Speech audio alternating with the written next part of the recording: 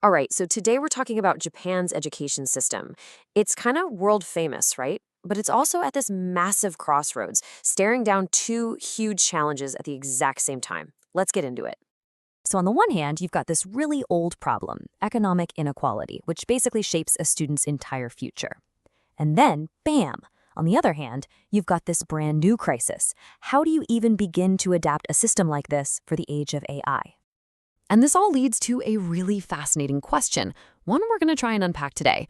Could Japan's greatest educational strength actually be its biggest weakness now? All right, let's dive in.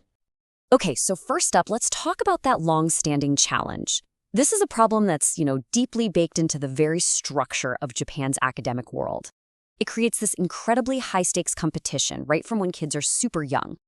And a term that really captures this is Oyagacha, or the parent lottery. We've talked about this before, but it's this idea that a kid's future feels like, well, a lottery. It all depends on the economic status of the parents you happen to be born to. So here's how it works. A good university, that's seen as the golden ticket to a stable career. And how do you get there? Well, everything gets boiled down to this one single score, the hensachi. To get that score up, you pretty much have to go to these expensive jukus or cram schools. It's like a whole shadow education system. And what's the result of all this? A parent's income has a direct, massive impact on their child's future. Okay, now let's add another layer to this, the AI challenge. This is where things get really interesting, and where that rigid system starts to look like a potential crisis.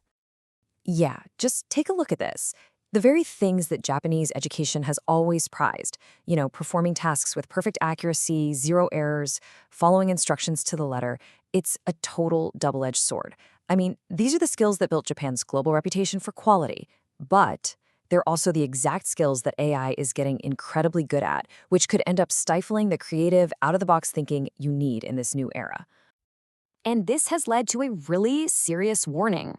The fear is that if the system doesn't change, the Japanese workforce could end up being, well, subordinate to AI, basically just picking up the slack and doing the jobs that the machines can't or won't. And let's be real, right now, students aren't exactly rising to the challenge in an innovative way. For the most part, they're not collaborating with AI to create something new. They're just using it to do their homework for them, which, as you can imagine, is a huge waste of its potential.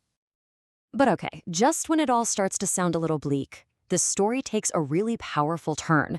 It doesn't just end with Japan being replaced by AI. Nope. In fact, this might be just the beginning. Because it turns out that very same trait, that obsession with precision, with getting things exactly right, the thing that makes the system seem so vulnerable to AI, well, that's also the foundation of a strength that Japan is famous for all over the world.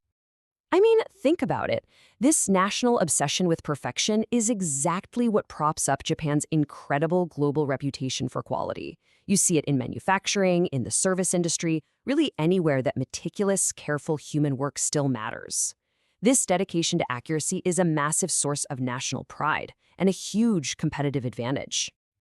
So here's the key takeaway. The point isn't to just throw away this incredible strength. Not at all. The real opportunity is to combine it with AI. And that's where the future power of Japan could really, truly lie. So how do you do it? Well, the idea is to make a really smart pivot in the education system. You keep that focus on building a strong foundation of accuracy and precision all the way through high school. But then, once students get to university, you shift gears. You teach these masters of precision how to think freely, how to ask their own questions, and how to apply those incredible skills in a more creative way.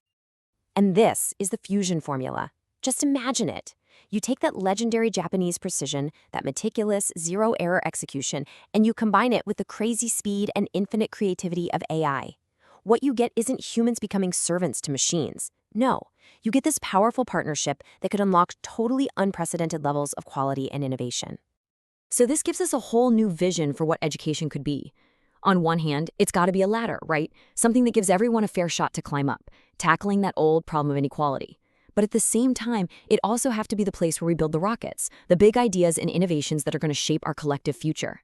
So Japan is right at this crossroads, figuring out how to load that rocket with an AI engine. And it really makes you think, doesn't it? What about in your own country? What parts of your education system feel like they're just not ready for this new AI era? And just looking ahead, what do you think is possible when you fuse that human precision with machine speed? I mean, what kind of future could that actually create? We'd genuinely love to hear your thoughts, so please share them in the comments. Thanks so much for watching.